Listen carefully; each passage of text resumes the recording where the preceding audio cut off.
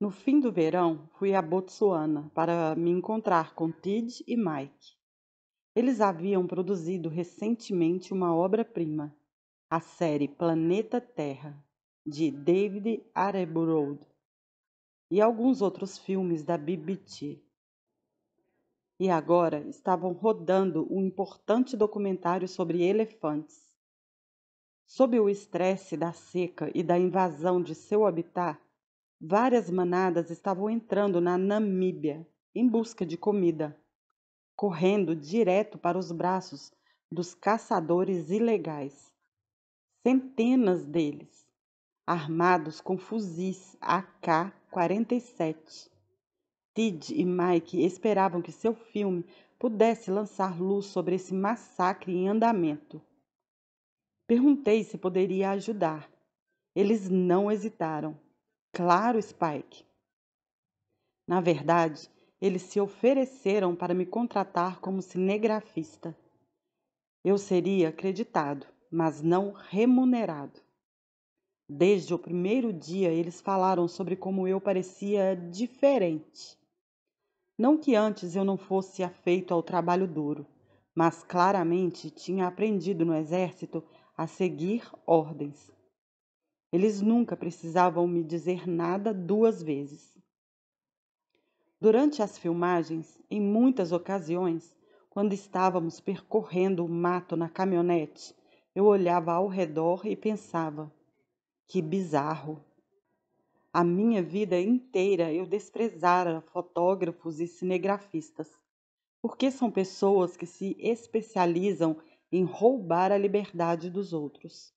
E agora estava trabalhando como cinegrafista, lutando para preservar a liberdade de majestosos animais e me sentindo mais livre no processo. O mais irônico, eu estava filmando veterinários enquanto implantavam dispositivos de rastreamento nos animais. Os dispositivos ajudariam os pesquisadores a entender melhor os padrões de migração das manadas. Até então, eu não fazia associação muito felizes com dispositivos de rastreamento. Um dia, filmamos um veterinário atirar um dardo tranquilizante em um enorme elefante-touro, para depois acoplar uma coleira de rastreamento no pescoço do animal. Mas o dardo apenas lascou a pele rija do elefante, que conseguiu se recompor e fugiu. Mike gritou: "Pegue a câmera, Spike! Corra!" O elefante avançou rasgando os espessos arbustos da savana, ao longo de um caminho arenoso, embora em certos trechos nem houvesse trilha. O veterinário e eu tentamos acompanhar as pegadas do bicho. Eu mal podia acreditar na velocidade do animal.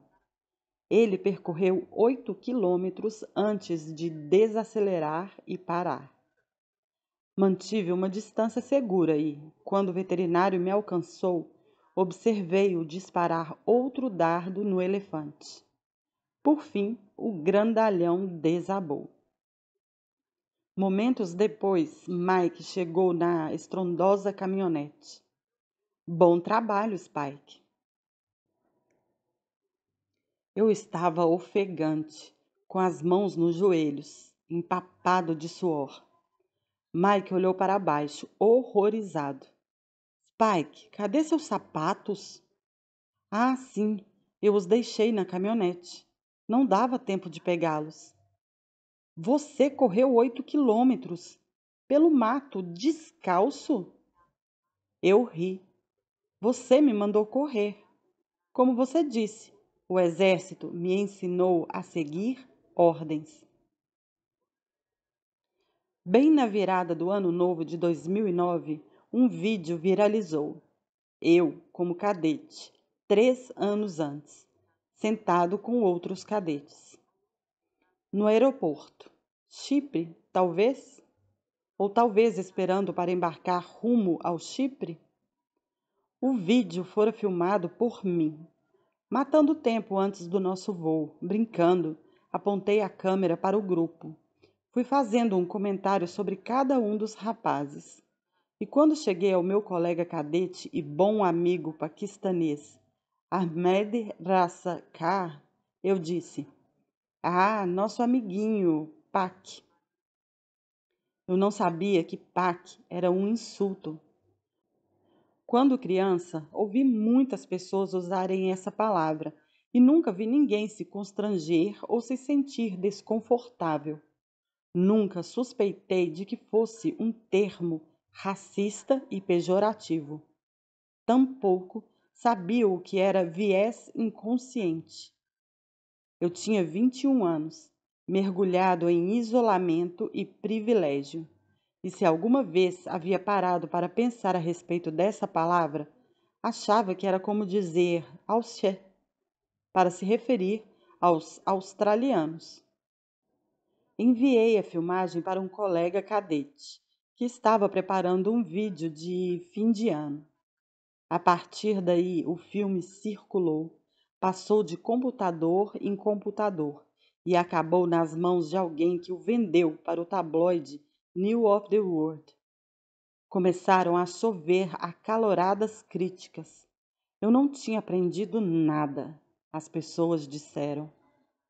Não tinha amadurecido nem um pouco depois do desastre da fantasia de nazista. As pessoas disseram. O príncipe Harry é pior que um idiota, disseram. Muito pior que um baladeiro. Ele é um racista. O líder do Partido Conservador me denunciou. Um ministro do gabinete apareceu na TV para me açoitar.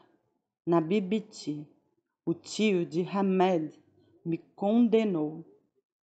Sentado em Highgrove, vendo essa enxurrada de furor, eu mal conseguia processar a coisa toda. O escritório do meu pai emitiu um pedido de desculpas em meu nome. Eu queria emitir um também, mas os cortesãos desaconselharam. Não é a melhor estratégia, senhor. Para o inferno com a estratégia. Eu não dava a mínima para a estratégia. Eu me importava com as pessoas não pensarem que eu era racista. Eu me importava em não ser racista.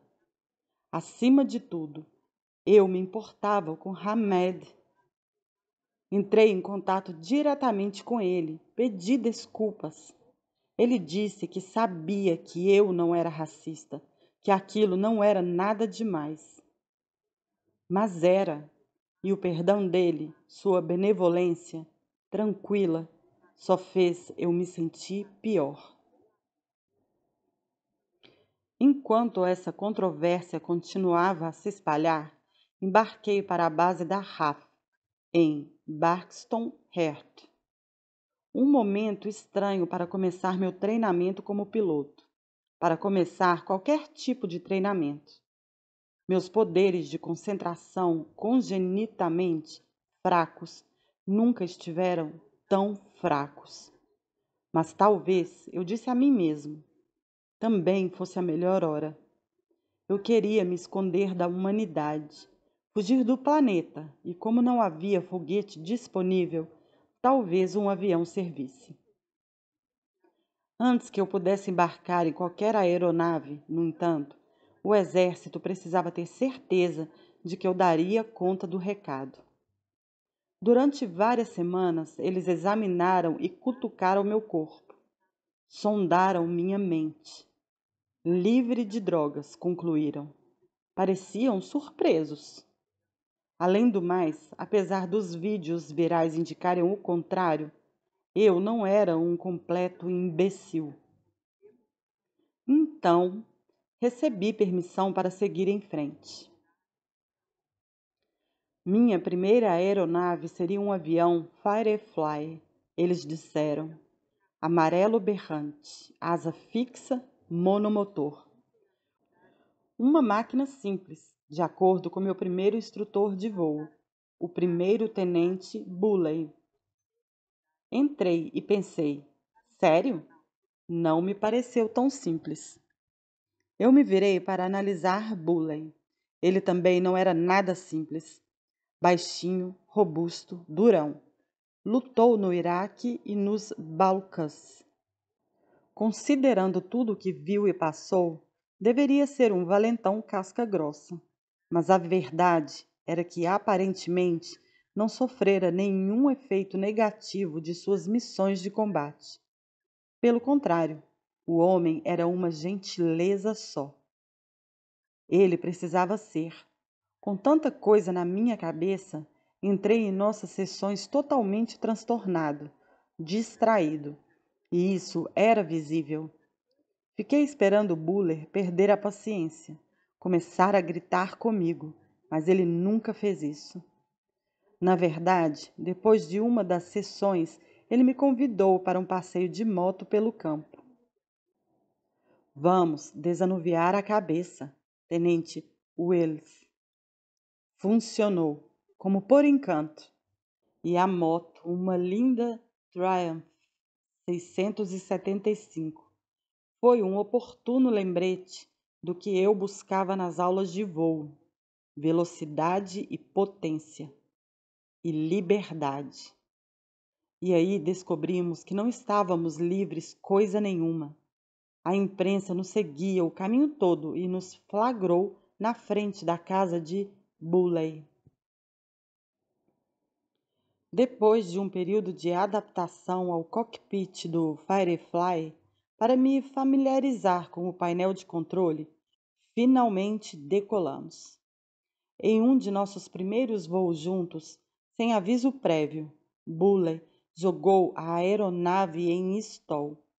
Senti a asa esquerda afundar, uma nauseante sensação de desordem, de entropia. Em seguida, após vários segundos que pareceram décadas, ele recuperou a aeronave e nivelou as asas. Eu o fuzilei com o olhar. Mas que porra! Isso foi uma tentativa de suicídio abortada? Não, ele respondeu com toda a tranquilidade do mundo. Era a etapa seguinte da minha formação. Inúmeras coisas podem dar errado no ar, ele explicou, e precisava me mostrar o que fazer, mas também como fazer. Fique calmo.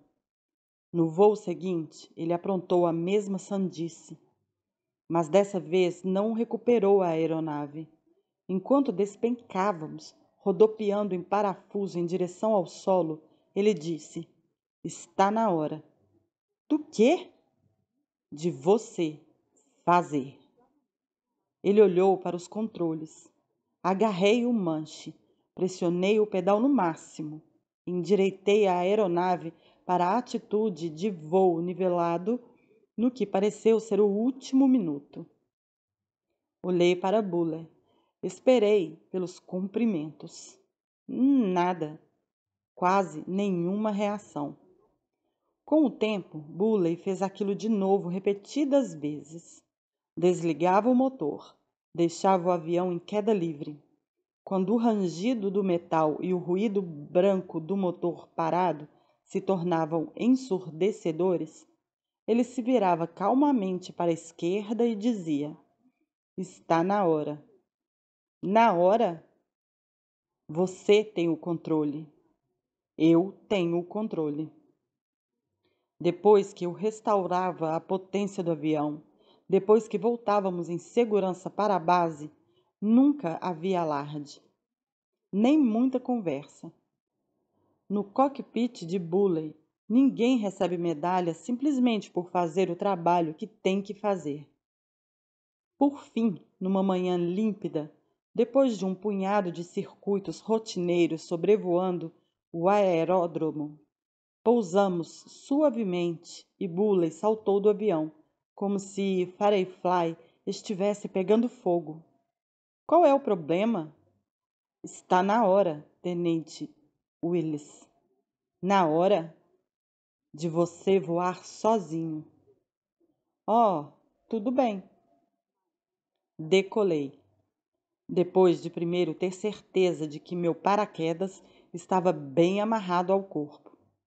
Dei uma ou duas voltas ao redor da pista, falando comigo mesmo o tempo todo. Potência total. Mantenha a roda na linha branca da pista. Puxe o manche para cima. Devagar. Empine o nariz. Não entre em stall. Vire na subida. Nivele. Certo.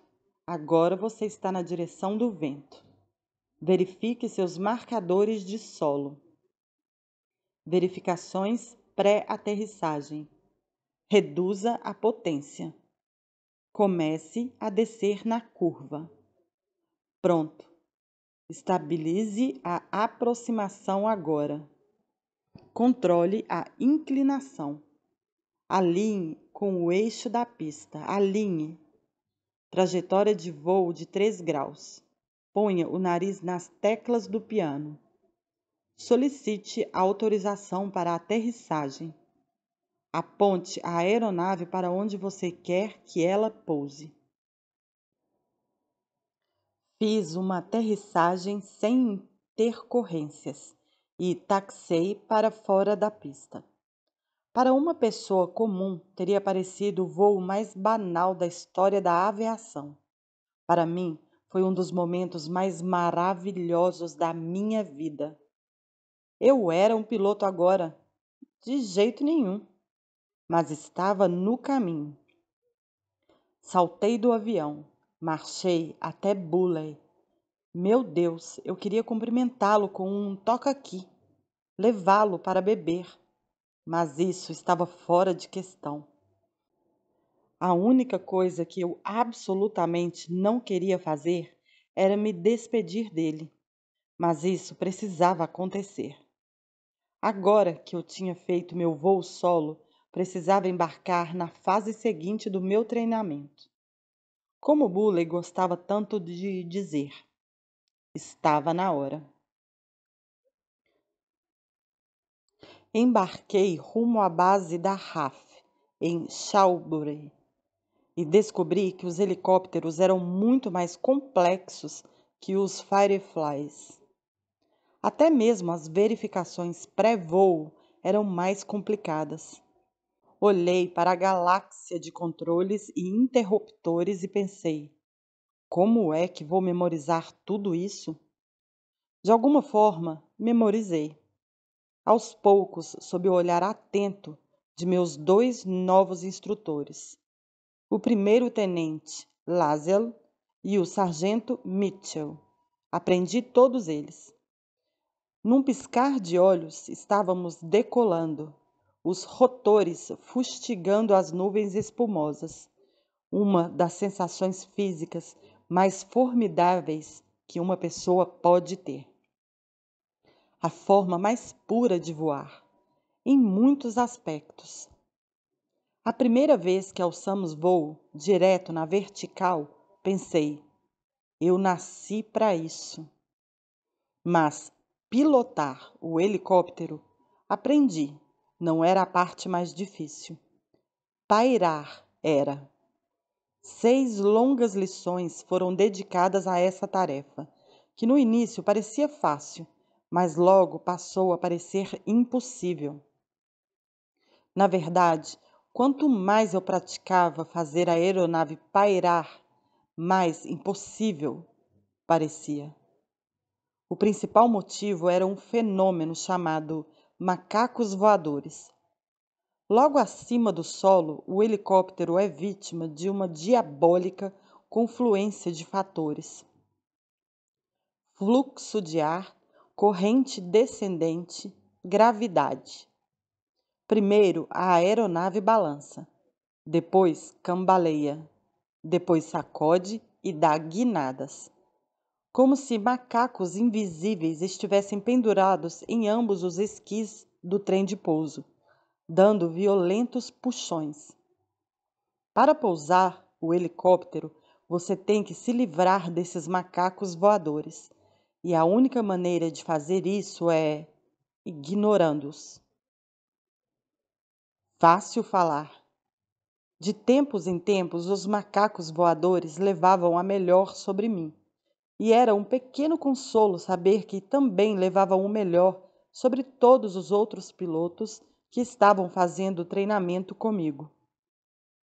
Conversávamos entre nós sobre esses pequenos desgraçados, esses duendes invisíveis.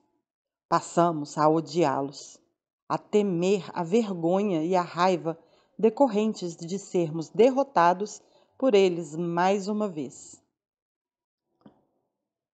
Nenhum de nós era capaz de descobrir como restaurar o equilíbrio da aeronave e aterrissar na área designada sem amassar a fuselagem, ou escapar das derrapadas.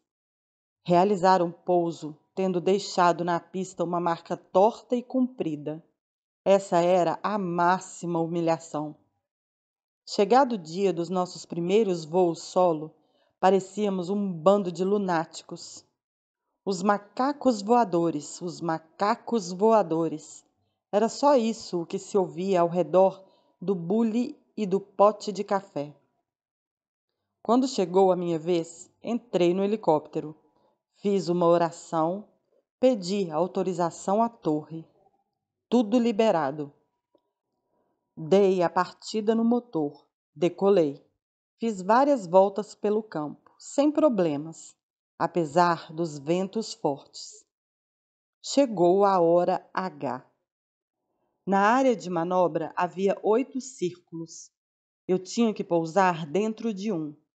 À esquerda do hangar, um prédio de tijolos alaranjados com enormes janelas de vidro, onde os outros pilotos e alunos aguardavam a vez. Eu sabia que eles estavam todos diante daquelas janelas, observando, enquanto eu sentia os macacos voadores se apoderarem do helicóptero, que balançava e chacoalhava. "Caiam fora!" gritei. "Me deixem em paz!" Lutei contra os controles e consegui pousar a aeronave dentro de um dos círculos. Andando dentro do prédio alaranjado, estufei com orgulho o peito e ocupei meu lugar junto às janelas para observar os outros. Suado, mas sorridente. Nesse dia, vários alunos de pilotagem tiveram que abortar seus pousos. Um foi obrigado a descer num trecho de grama próximo. Outro fez uma aterrissagem tão capenga e instável que caminhões de bombeiros e uma ambulância correram para o local.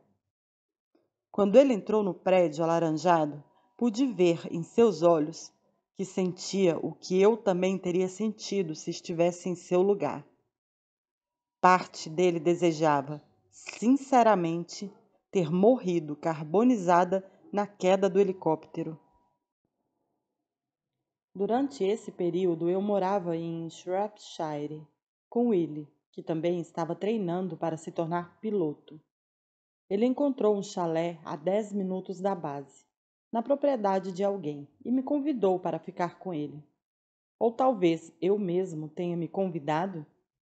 O chalé era aconchegante, charmoso, no alto de uma estreita estradinha rural e atrás de algumas árvores de copas densas. Nossa geladeira vivia abarrotada de refeições embaladas a vácuo, enviadas pelos chefes de papai. Frango cremoso e arroz, carne ao curry. Nos fundos da casa haviam belos estábulos, o que explicava o cheiro de cavalo em todos os cômodos. Nós dois gostávamos do esquema. Era a primeira vez que morávamos juntos desde os tempos de Eton. Era divertido. E melhor ainda, estávamos juntos para o momento decisivo e delicado do triunfal desmoronamento do império midiático de Rupert Murdoch. Depois de meses de investigação, uma gangue de repórteres e editores do mais desprezível dos jornais de Murdoch estava finalmente sendo identificada, algemada e presa, sob a acusação de assédio a políticos, celebridades e à família real. A corrupção estava sendo revelada, enfim, e as punições viriam. Entre os vilões que em breve seriam desmascarados estava o Polegar, Aquele mesmo jornalista que muito tempo antes havia publicado uma absurda não-história sobre a lesão do meu polegar em Eton.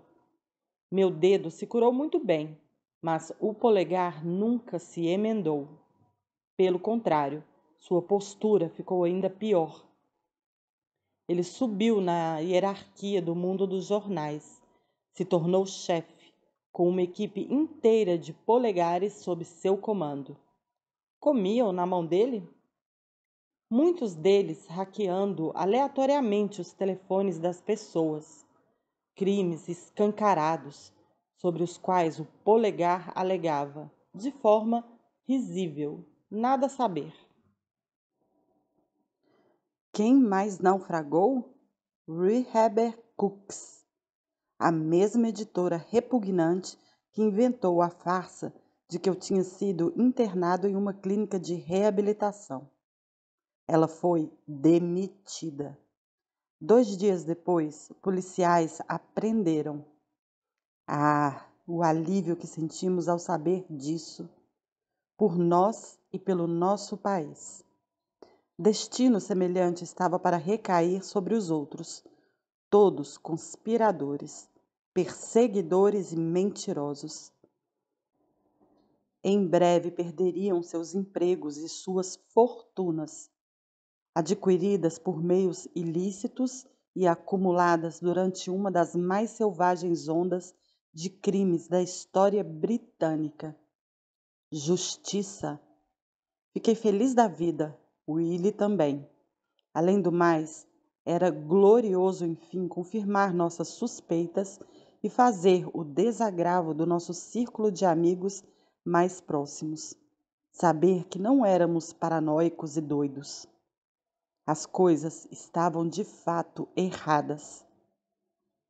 Tínhamos sido traídos, como sempre suspeitáramos, mas não por guarda-costas ou nossos melhores amigos.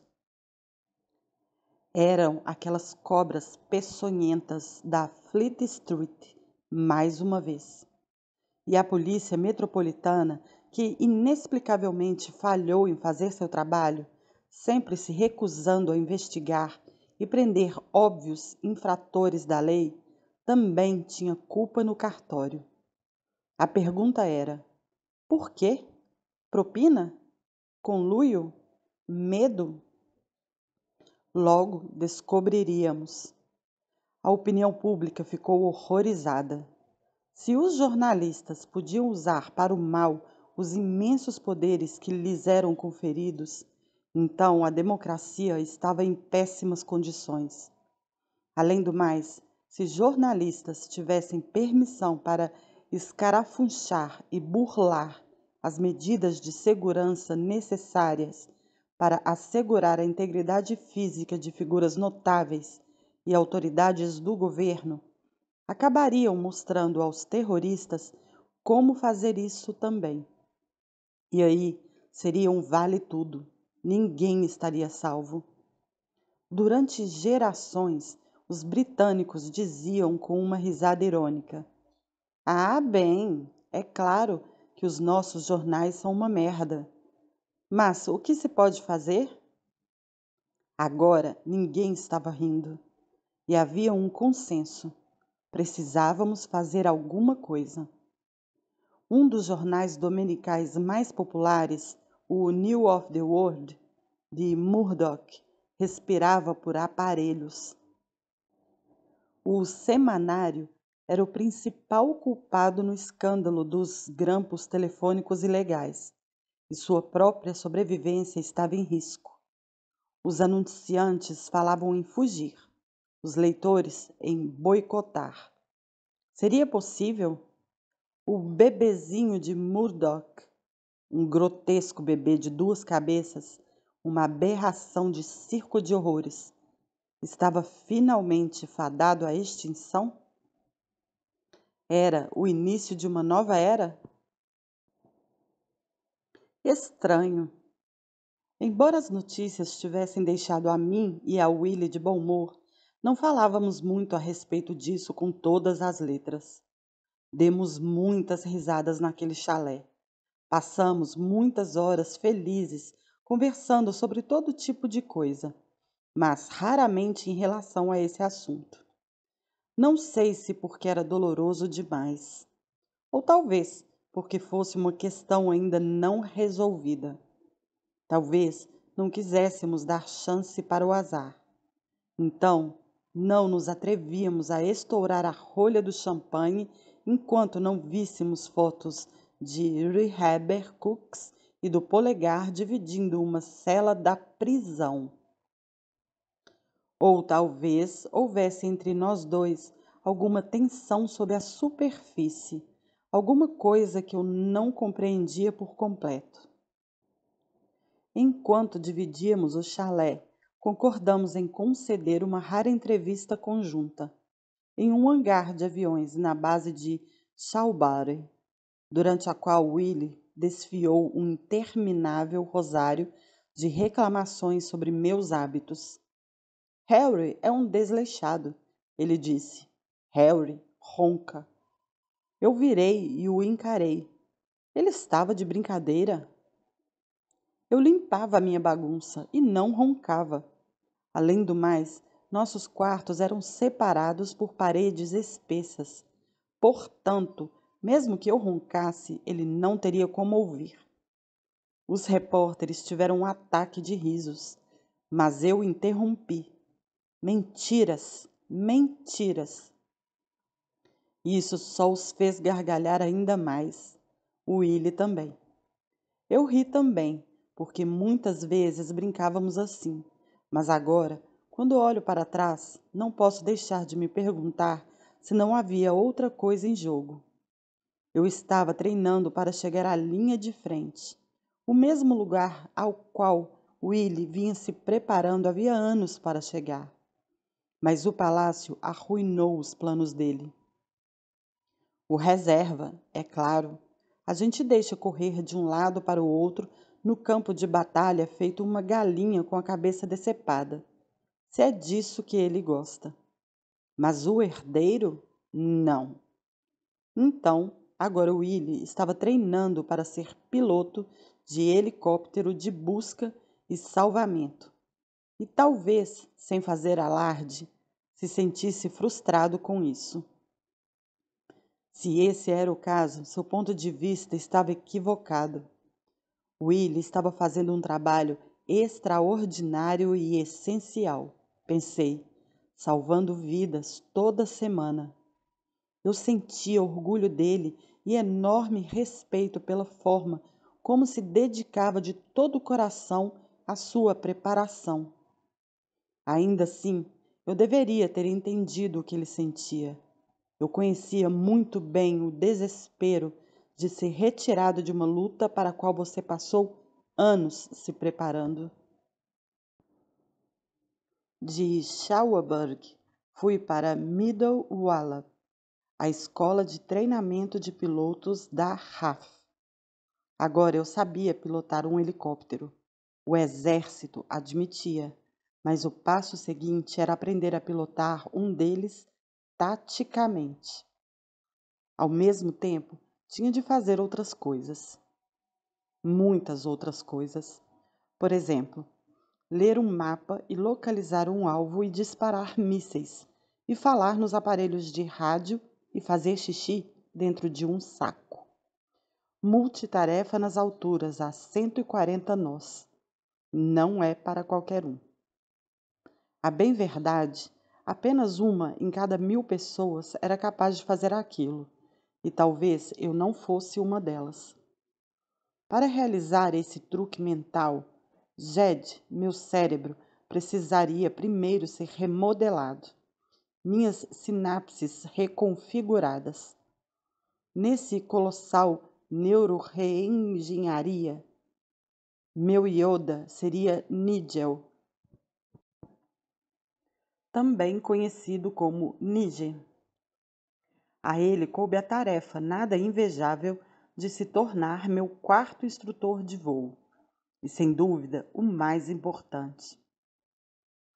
A aeronave na qual realizávamos nossas sessões era o Esquilo, o nome coloquial para o pequeno helicóptero monomotor de fabricação francesa em que a maioria dos aspirantes a pilotos britânicos treinava. Mas Nige estava menos focado no esquilo real em que embarcávamos do que nos esquilos dentro da minha cabeça. Os esquilos que se agitam dentro da cabeça são os mais antigos inimigos da concentração humana, Nige me assegurou. Sem que eu percebesse, eles fixaram residência em minha consciência. Mais sorrateiros do que os macacos voadores, ele disse, e também muito mais perigosos. A única maneira de se livrar dos esquilos de dentro da cabeça, Nige insistia, era a disciplina de ferro. Dominar um helicóptero é fácil, mas a cabeça exige mais tempo e mais paciência. Tempo e paciência, pensei, impaciente. Eu não disponho nem de uma coisa nem de outra em abundância, Nige. Então vamos pôr mãos à obra o mais rápido possível. Também é necessário ter um tipo de amor próprio, disse Nige, e isso se manifesta na forma de confiança.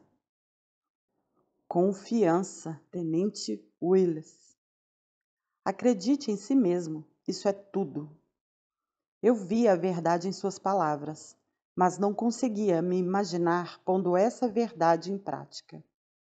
O fato é que eu não acreditava em mim mesmo. Não acreditava em muita coisa, muito menos em mim. Toda vez que cometia um erro, o que acontecia com frequência, eu era bastante duro com Harry. A sensação era de que minha mente paralisava, feito um motor superaquecido. Descia uma névoa vermelha e eu parava de pensar, deixava de funcionar. Não, Nige dizia baixinho sempre que isso acontecia. Não deixe que um erro destrua esse voo, Tenente Willis. Mas deixei um erro arruinar muitos voos. Às vezes, meu autodesprezo transbordava para Nige. Depois de desferir um ataque contra mim mesmo, eu ia para cima dele. Vá se foder, pilote você mesmo essa merda. Ele balançava a cabeça. Tenente Willis, eu não vou tocar nos controles. Nós vamos pousar. Você vai nos levar até o solo. E em seguida vamos conversar a respeito de tudo. Ele tinha uma determinação hercúlea. A julgar por sua aparência física, ninguém adivinharia. Altura mediana, compleição mediana, cabelos grisalhos penteados para o lado, usava um macacão verde impecável, óculos de armação clara impecáveis. Ele era um civil da marinha, um vovozinho bondoso que adorava velejar. Um cara de primeira, mas tinha o coração de um maldito ninja. E naquele momento eu precisava de um ninja. Ao longo de vários meses, Nige, o ninja, conseguiu me mostrar como pilotar um helicóptero e ao mesmo tempo fazer outras coisas, inúmeras outras coisas e, mais ainda, fazer tudo isso com algo que se assemelhava a amor próprio. Com ele tive aulas de voo, mas penso nelas como lições de vida. E gradualmente as aulas boas foram sendo mais numerosas do que as ruins. Boas ou ruins, no entanto, o fato é que cada sessão de 90 minutos no dojo do esquilo de Nige me deixava moído. Ao aterrissar, eu pensava, preciso de um cochilo. Mas, primeiro, a reunião de avaliação. Era aí que Nige, o ninja, realmente me fazia comer o pão que o diabo amassou. Porque ele não dourava a pílula. Falava sem rodeios e, com toda a tranquilidade do mundo, me machucava. Havia coisas que eu precisava ouvir, e ele não se importava em usar um tom de voz ameno para me dizer. Eu ficava na defensiva. Ele prosseguia. Eu o encarava com olhares fulminantes do tipo: te odeio para sempre. Ele continuava.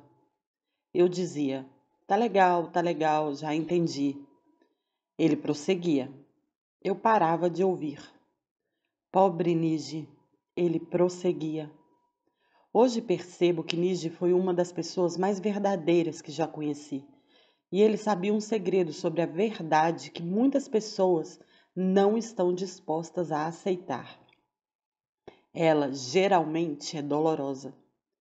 Nige queria que eu acreditasse em mim mesmo, mas essa crença nunca poderia ser baseada em falsas promessas ou falsos elogios. A estrada real para a mestria era pavimentada com fatos.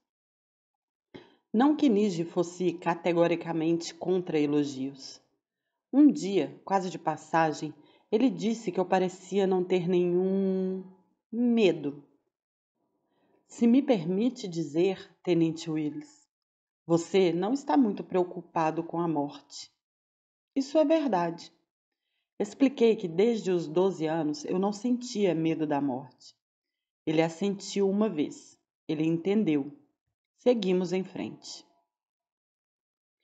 Nige finalmente me liberou. Me liberou como um pássaro ferido que recobra a saúde. Com a certificação dele, o exército declarou que eu estava pronto para pilotar Apaches.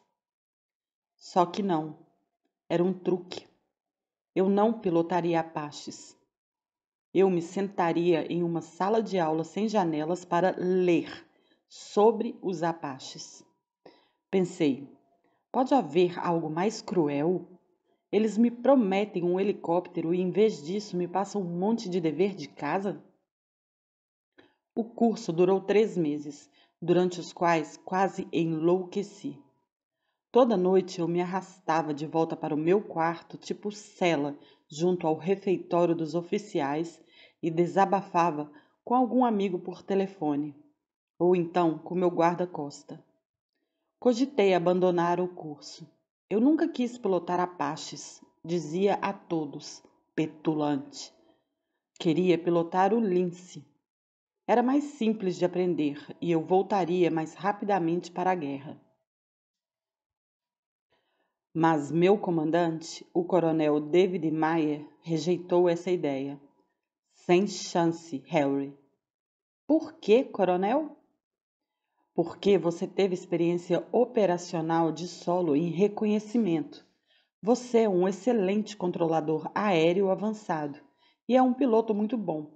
Você vai pilotar Apaches. Mas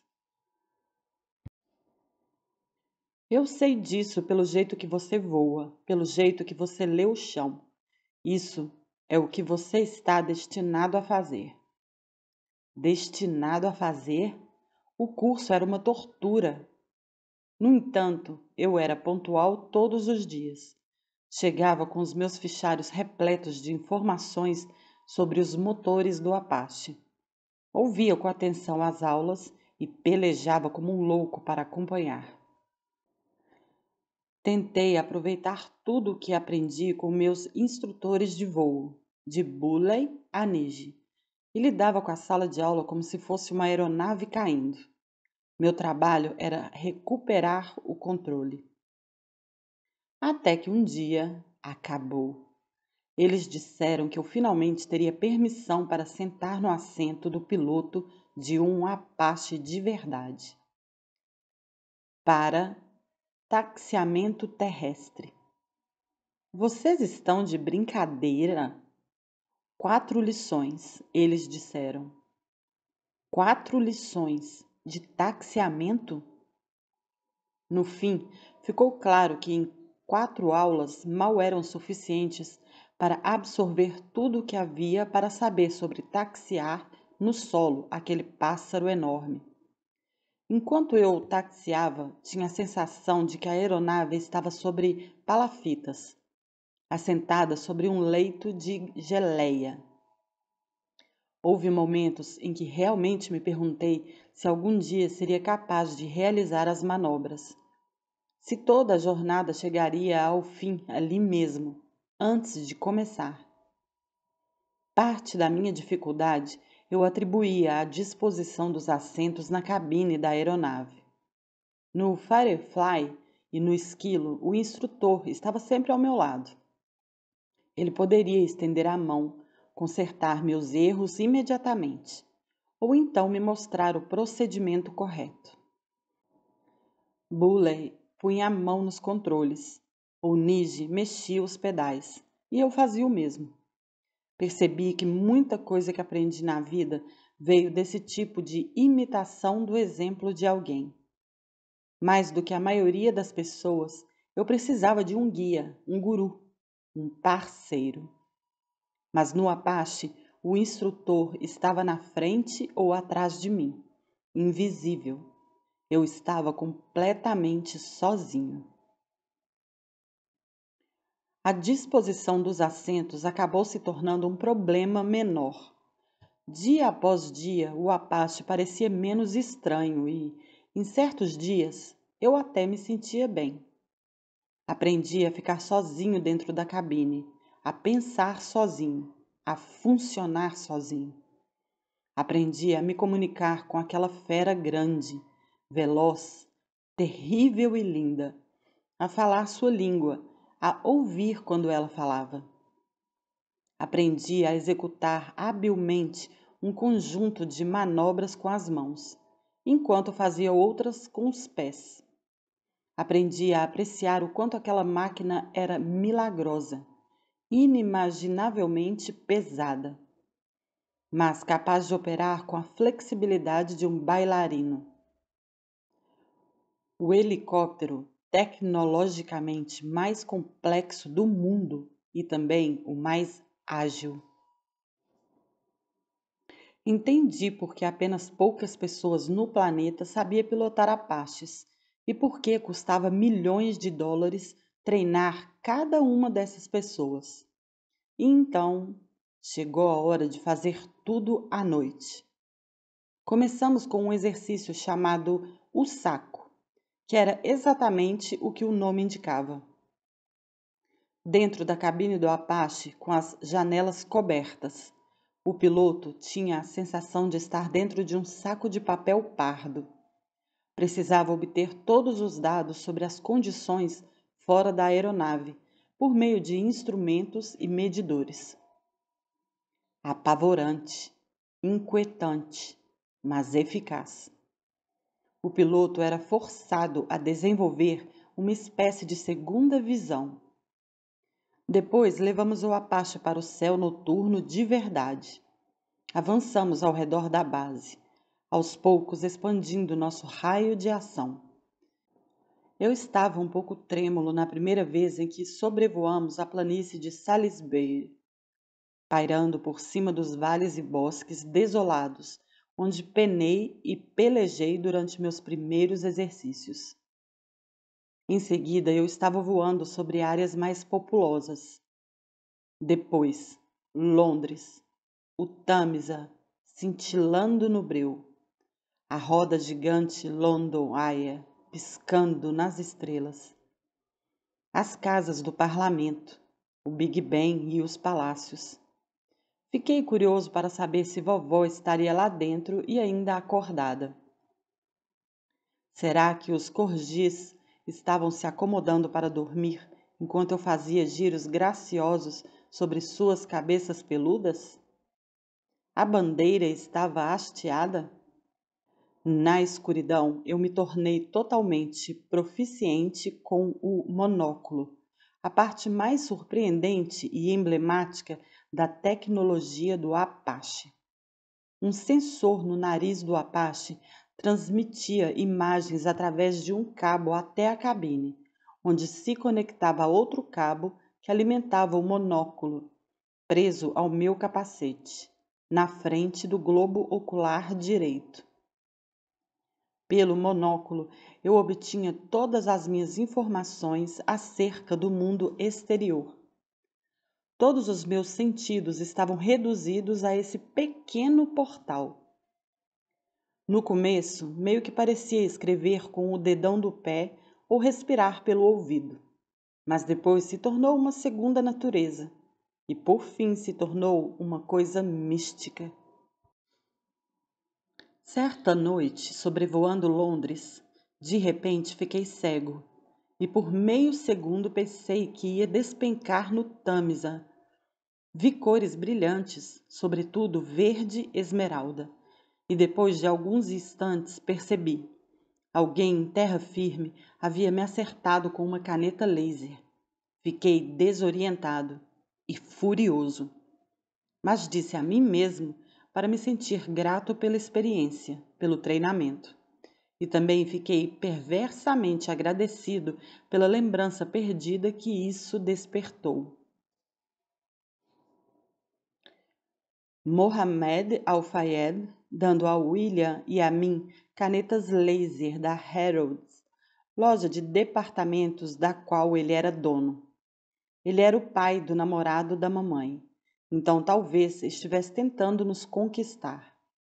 Se essa era sua intenção, conseguiu. Achamos aqueles lasers geniais. Nós os brandíamos de um lado para o outro, feitos sabres de luz. Já perto do fim do meu treinamento nos helicópteros Apache, no aeródromo de Wattisham, em Suffolk, tive mais um instrutor. O trabalho dele era dar os toques finais. No primeiro encontro, enquanto trocávamos um aperto de mãos, ele me olhou com um sorriso cúmplice, de quem sabe das coisas. Retribuí o sorriso. Ele continuou sorrindo. Sorri de volta, mas comecei a ficar curioso. Qual era o motivo? Achei que ele estava prestes a me fazer um elogio ou pedir um favor. Em vez disso, ele perguntou se eu reconhecia sua voz. Não. Ele disse que fez parte da equipe que me extraiu. Ah, em 2008? Sim. Conversamos brevemente pelo rádio naquela noite, eu lembrei. Eu me lembro do quanto você estava chateado. Sim, dava para ouvir na sua voz. Sim, fiquei arrasado. Ele abriu um sorriso mais largo. E agora, olha só para você. Em poucos dias eu completaria 25 anos e parecia mais do que apenas mais um aniversário. Amigos me disseram que essa idade era o divisor de águas, um momento em que muitos rapazes e moças chegam a uma bifurcação em seu caminho pessoal. Aos 25, a pessoa dá um passo concreto para a frente, ou então começa a escorregar para trás. Eu estava pronto para seguir em frente. De muitas maneiras, sentia que durante anos andara marcando bobeira. E recordei que isso era uma coisa de família, que a idade de 25 anos era um marco importante para muitos de nós. A vovó, para citar um exemplo. Aos 25, ela se tornou a 61ª monarca da história da Inglaterra. Então decidi marcar esse meu importante aniversário com uma viagem. Botsuana, mais uma vez. A turma toda estava lá, entre fatias de bolo e coquetéis, disseram que eu parecia diferente. De novo. Depois da minha primeira missão de combate, eu parecia mais velho, mais duro. Mas agora, diziam, eu parecia mais pé no chão. Estranho, pensei. De tanto ficar no céu por causa dos treinamentos de voo, eu me tornei mais pé no chão? Ninguém me fez mais elogios ou deu mais demonstrações de carinho do que Tid e Mike. Certo dia, no entanto, já tarde da noite, Mike sentou comigo para uma conversa séria. À mesa da cozinha, falou longamente sobre minha relação com a África. Chegou a hora, ele disse, de essa relação mudar. Até então, da minha parte, era só pegar, pegar, pegar. Uma dinâmica bastante típica para os britânicos na África. Mas agora eu precisava retribuir. Durante anos ouvi Mike Tidd e outros lamentarem as crises que o lugar enfrentava. Mudanças climáticas, caça ilegal, secas, incêndios. Eu era a única pessoa que eles conheciam com algum tipo de influência, que tinha uma espécie de megafone de ressonância global. A única pessoa que poderia realmente fazer alguma coisa. O que eu posso fazer, Mike? Jogue um pouco de luz. Nosso grupo se amontoou em chatas para subir o rio. Acampamos por alguns dias. Exploramos algumas ilhas remotas.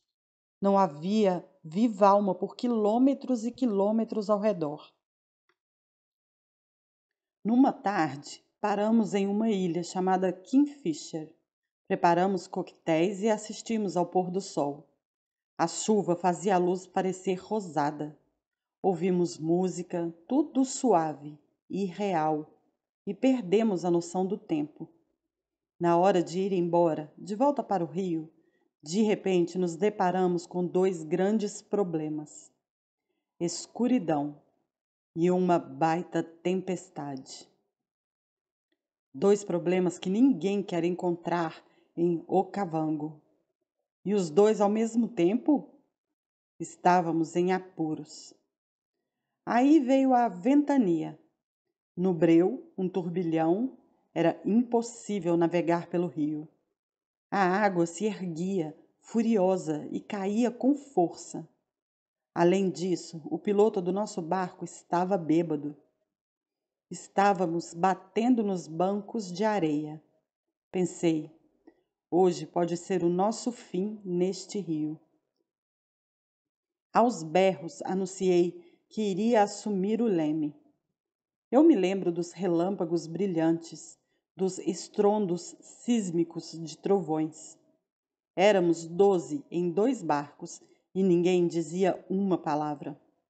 Até mesmo os que tinham mais experiência na África se sentiam tensos, embora tentássemos fingir que estávamos no controle. Prova disso é que deixamos a música rolando em alto e bom som. De repente, o rio se estreitou. Em seguida, fez uma curva brusca. Estávamos desesperados para voltar, mas tínhamos que ter paciência, obedecer ao rio, ir para onde ele nos levasse. Nesse exato instante, um imenso clarão. Tudo se iluminou como se fosse meio-dia por cerca de 2 segundos. Tempo suficiente para vermos, bem diante de nós, no meio do rio, uma manada de enormes elefantes. No átimo de claridade intensa, troquei um olhar com um deles. Vi suas presas brancas, como a neve, se erguerem. Vi cada ruga e fissura em sua pele escura e molhada, a dura linha da água acima de seus ombros. Vi suas gigantescas orelhas em forma de asas de anjo. Alguém sussurrou: "Puta merda!" Alguém desligou a música. Ambos os pilotos desligaram os motores. Em silêncio total, flutuamos no rio cheio, esperando o próximo relâmpago. Veio a descarga de luz, e lá estavam elas de novo, aquelas criaturas majestosas. Dessa vez, quando encarei o elefante mais próximo de mim, quando fitei profundamente seu globo ocular, quando ele cravou o olhar no meu, pensei no olho que tudo vê do Apache e pensei no diamante Koh-i-Noor e pensei na lente de uma câmera, convexa e vítrea como o olho do elefante. Exceto que toda lente de câmera sempre me deixava nervoso, ao passo que aquele olho me fez sentir seguro. O olho do elefante não estava me julgando, não estava tirando nada de mim, apenas estava lá. Quando muito, o olho estava ligeiramente lacrimejante. Isso era possível? Os elefantes são conhecidos por chorar. Eles realizam funerais para entes queridos e, quando encontram um elefante desconhecido morto no mato, param e prestam suas condolências. Nossos barcos estavam se intrometendo em alguma dessas cerimônias? Algum tipo de reunião? Ou talvez tivéssemos interrompido algum tipo de ensaio? Da antiguidade vem a história do elefante que foi observado praticando secretamente complicados passos de dança que ele precisaria realizar em um desfile vindouro. A tempestade estava recrudescendo. Tínhamos que ir embora. Religamos os motores dos barcos e partimos. Adeus, sussurramos para os elefantes. Entrei no meio da correnteza. Acendi um cigarro. Pedi à minha memória para guardar esse encontro, esse momento irreal em que a linha entre mim e o mundo externo ficou borrada ou desapareceu por completo. Durante meio segundo, tudo se tornou uma coisa só. Tudo fez sentido. Tente se lembrar, eu disse, da sensação de estar tão perto da verdade verdadeira. Que a vida não é de todo boa, mas também não é de todo má. Tente se lembrar de como foi, finalmente, entender o que Mike estava tentando dizer. Jogue um pouco de luz. Recebi minhas insígnias de aviador, na condição de coronel em chefe do Corpo Aéreo do Exército. Papai prendeu-as no meu peito. Maio de 2010. Dia feliz. Papai, usando sua boina azul, oficialmente me presenteou com a minha. Eu a vesti e prestamos continência um para o outro. Pareceu quase mais íntimo do que um abraço.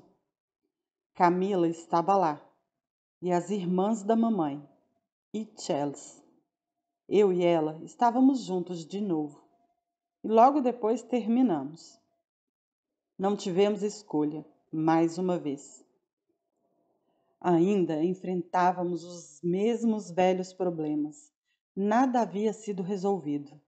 Além disso, Chelsea queria viajar, se divertir, ser jovem, mas eu estava novamente a caminho da guerra. Em breve seria despachado para uma missão. Se ficássemos juntos, teríamos sorte de nos ver algumas poucas vezes ao longo dos 2 anos seguintes. E isso não era um relacionamento. Nenhum de nós ficou surpreso quando nos vimos no mesmo velho beco sem saída emocional. Adeus, Chelsea. Adeus, Hatsa. No dia em que ganhei minhas insígnias, acho que Chelsea ganhou suas asas. Fomos a Botsuana uma última vez. Uma derradeira viagem rio acima, dissemos.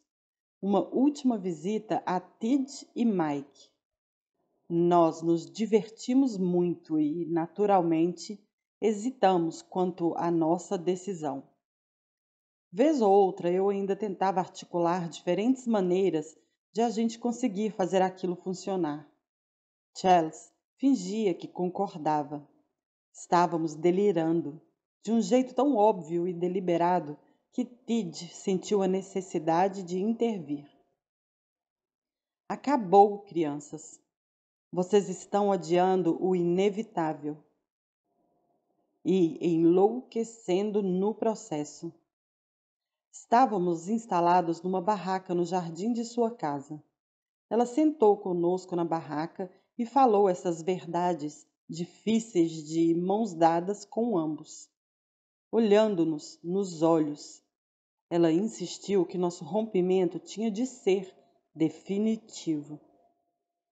Não desperdicem o que existe de mais precioso, o tempo. Ela estava certa, eu sabia. Como dizia o primeiro-tenente Bulley, está na hora. Assim, me obriguei a tirar da cabeça esse relacionamento. Na verdade, todos os relacionamentos. Mantenha-se ocupado, eu disse a mim mesmo no voo que me levou embora de Botsuana. Para tanto, fui a Lesoto com Willie. Visitamos várias escolas construídas pela Centibille. O príncipe Seiso estava conosco. Ele cofundou a instituição de caridade comigo em 2006, pouco depois de perder a mãe, que também havia lutado na guerra contra o HIV. Ele nos levou para conhecer dezenas de crianças, cada uma delas com uma história dolorosa. A expectativa média de vida em Lesoto naquela época era de 40 e poucos anos, enquanto na Grã-Bretanha era de 79 para os homens e 82 para as mulheres. Ser criança em Lesoto equivalia a ser de meia-idade em Manchester. E, embora houvesse várias razões complexas para essa taxa, a principal era o HIV. Um quarto de toda a população adulta de Lesoto era de soropositivos. Depois de 2 ou 3 dias, nos despedimos do príncipe Seiso e partimos para escolas mais remotas, isoladas, longínquas. Como presente de despedida, o príncipe Seiso nos deu pôneis selvagens para montarmos em parte do caminho e cobertores tribais para o frio, que usamos como capas. Nossa primeira parada foi num vilarejo congelante nas nuvens, Semencon, cerca de 2.000 metros acima do nível do mar. Ficava em meio a montanhas cobertas de neve. Baforadas de ar quente jorravam dos focinhos dos cavalos enquanto subíamos a duras penas, cada vez mais alto. Mas quando a trilha ficou muito íngreme, mudamos para caminhonetes. Ao chegar, seguimos direto para a escola. Lá nos disseram que meninos pastores vinham 2 vezes por semana. Comiam uma refeição quente. Depois iam para a aula. Willie e eu sentamos na penumbra, ao lado de um lampião de parafina, assistindo a uma das aulas. E depois sentamos no chão com uma dúzia de meninos, alguns com apenas 8 anos. Nós os ouvimos descrever sua jornada diária para chegar à escola. Era inacreditável. Depois de 12 horas cuidando do gado e das ovelhas, eles caminhavam a pé por 2 horas, atravessando desfiladeiros nas montanhas, apenas para aprender matemática, ler e escrever. Tamanha a fome de conhecimento. Enfrentavam pés doloridos, frio intenso e coisas muito piores. Percorrendo as estradinhas, eram tão vulneráveis, tão expostos às intempéries que vários morreram atingidos por raios. Muitos eram atacados por cães desgarrados. Baixando a voz, contaram que muitos também haviam sofrido abusos sexuais de andarilhos, ladrões, nômades e outros meninos. Senti vergonha ao pensar em todas as minhas reclamações sobre a escola, sobre qualquer coisa. Apesar dos sofrimentos, os meninos ainda eram meninos. A alegria deles era irrefreável. Eles se emocionaram com os presentes que lhes trouxemos. Casacos quentes, gorros de lã. Vestiram as roupas, dançaram, cantaram. Nós nos juntamos a eles. Um dos meninos ficou de lado. Tinha o rosto redondo, aberto, transparente. Havia, obviamente, um fardo terrível em seu coração. Achei que seria invasivo perguntar, mas eu tinha mais um presente na minha bolsa, uma lanterna, que dei a ele. Eu lhe disse que esperava que a lanterna iluminasse seu caminho a cada dia para a escola. Ele sorriu. Eu quis dizer a ele que seu sorriso iluminaria o meu caminho. Tentei. Infelizmente, meu Sesotho não era lá muito bom.